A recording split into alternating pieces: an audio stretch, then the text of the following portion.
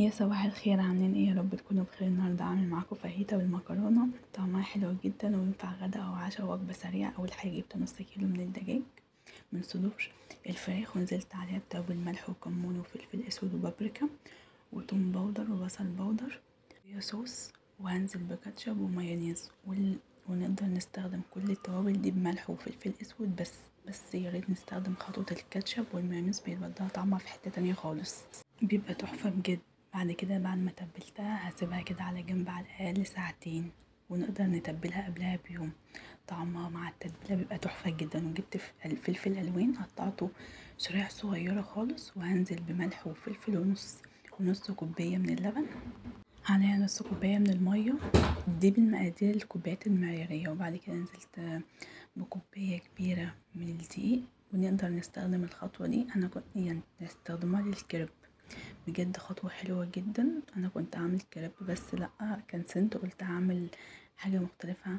ونزلت بربع كوباية من دي وقلبتهم كويس جدا وسمكوهم.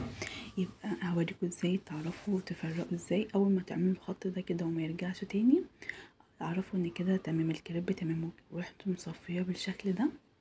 بس انا مش هعمل كريب زي ما قلت لكم، انا هعمل الخطوة دي على جنب وهستبدلها كأني هستخدم كريمة. رفعت جريل على النار ونزلت بيه بمعلقه صغيره من الزيت، وهنزل كده بالفراخ، بس للاسف كانت الكهرباء قطعت كالعاده. وهنزل كده هشوحها بالشكل ده لغايه ما تاخد اللون اللي انا عايزاه، وعايزاها تاخد كمان اللون اللي هو المحمر كده، يعني سنه بسيطه تبقى واخده لسعه كده اهو. وهسيبها كده على طول، بس اهم حاجه لازم تكون الطاسه سخنه جامد جدا عشان ما تنزلش ميه. وبعد ما اقلبها كده وتاخد اللون اللي تتحمر كده وتاخد اللون الجميل ده، هنزل بالفلفل الالوان المقطعه شرايح صغيره خالص، هقلبه تقلبتين بس وارفعه على طول، يا دوبك تقلبتين خفاف جدا. انا عايزه الفلفل يفضل زي ما هو، ما يدبلش خالص، انا عايزاه كده يبقى صحيح وفريش كده. وبعد كده هركنها على جنب وهنزلها تبرد شويه وهحطها في بوله.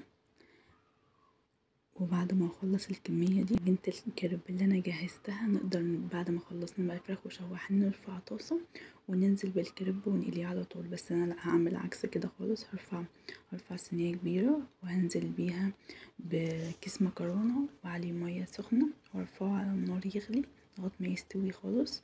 وهنزل بعد كده، انا نسيت الملح، فانتوا حطوا الملح مع الميه وهي بتغلي تمام. وهنزل بربع كوباية، حط ربع كوباية من الكاتشب، وجربوها بالطريقة دي بجد طعمها حلو جدا. وبعد كده هنزل عليها بمعلقتين بربع كوباية من الكريمة، ربع كوباية من الكريمة، وهنزل عليها كده لغاية ما تبقى بس ايه ربع كوباية بس خالص. وهنزل بجبنة موتزاريلا بس، وهسيبها بقى كده. بجد جربوها هتعجبكم جدا وطعمها حلو خالص. وتقدروا زي ما قلت لكم تستبدلوا المكرونه وتعملوا كريب. احنا جهزنا عجينه الكريب على جنب كده، بس انا قلت اعملها معاكم. اللي حابب الكريب، انا جربت المكرونه بجد عجبتني جدا وطعمها حلو جدا، وكانت فيها المطه والجبنه كانت موديه في حته تانية خالص. بعد ما المكرونه كده اتشربت الكريمه والمطه كده والجبنه دابت وكله ساح مع بعض، ونزلت بالفاهيتا على طول وقدمتها بالشكل ده. بجد هتعجبكم جدا، ويا ريت تقولوا لي ايه رايكم. وكمان زي ما قلت لكم هسيب لكم المقادير في صندوق الوصف، تمام؟ مقادير الكريب ومقادير الفاهيتا. يلا اشوفكم ان شاء الله في فيديو تاني.